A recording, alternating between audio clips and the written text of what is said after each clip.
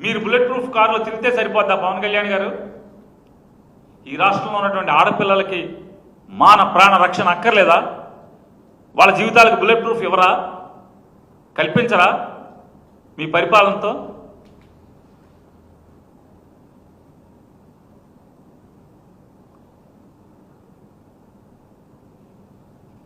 ఏం చేస్తాం? ఇటువంటి మీరు అయ్యో సినిమా కబుర్లు చెప్తే మీరు తొక్కేస్తాను, మీ బాస్ ఏమో భూస్థాపితం చేస్తాను, మీ చిన్న బాస్ ఏమో ఏదో చేస్తాను,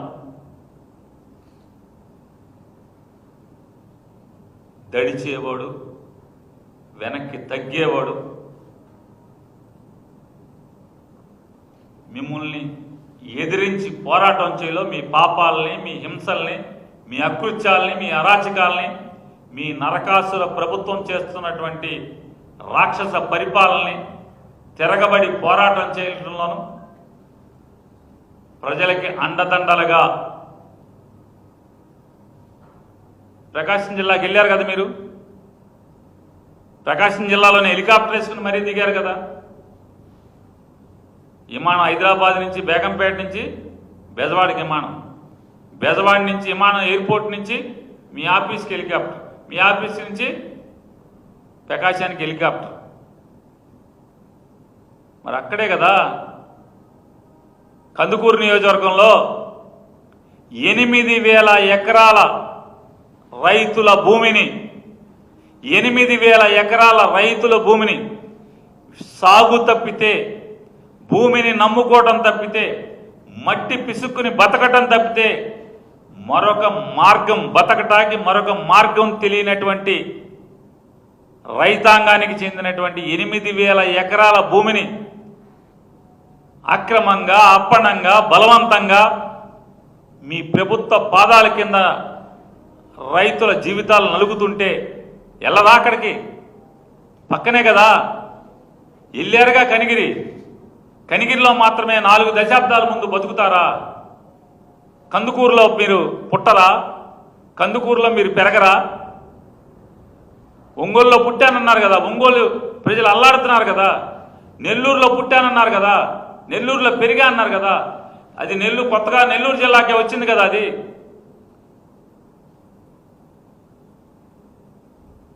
సోలార్ పేరుతో నలిగిపోతున్నటువంటి రైతుల జీవితాలని హక్కును చేర్చుకోరా? ఎన్నికల ముందే ఎక్కడికి పడితే అక్కడికి వెళ్తారా? పదవి లేనప్పుడు మాత్రమే తిరుగుతారా? కాబట్టి ఇక్కడ మీకు దడిచేవుడు ఎవడు లేడు, తగ్గేవుడు లేడు.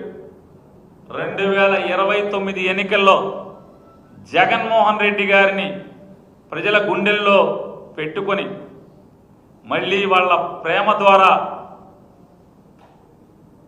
అందలం ఎక్కిస్తాన్ని, లేదా వారి ఆలనా పాలనే జగన్మోహన్ రెడ్డి గారికి అప్పచెప్పటాన్ని మీ వల్ల కాదు, మీ గురువు వల్ల కాదు, మీ గురువు కొడుకు వల్ల కూడా కాదు, మీ తరం కాదని చెప్తూ, ఎందుకంటే ప్రజలు నిర్ణయించుకుంటే ఆపత్తరం ఎవడి వల్ల కాదనేది మీరు గ్రహించమని చెప్పని మీకు హితవు చెప్తూ సెలవు తీసుకుంటాం.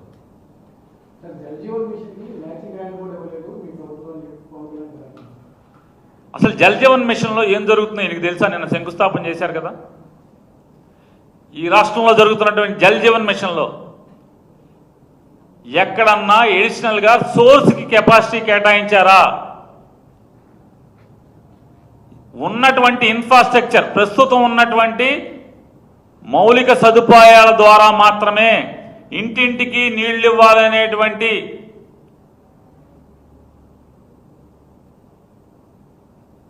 అంటే వాస్తవానికి విరుద్ధమైనటువంటి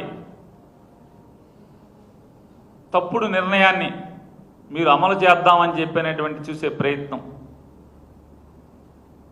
మీరు చూడండి ఒకసారి. ఆ పథకాన్ని మీరు ఎవరన్నా వెళ్ళి గమనించండి.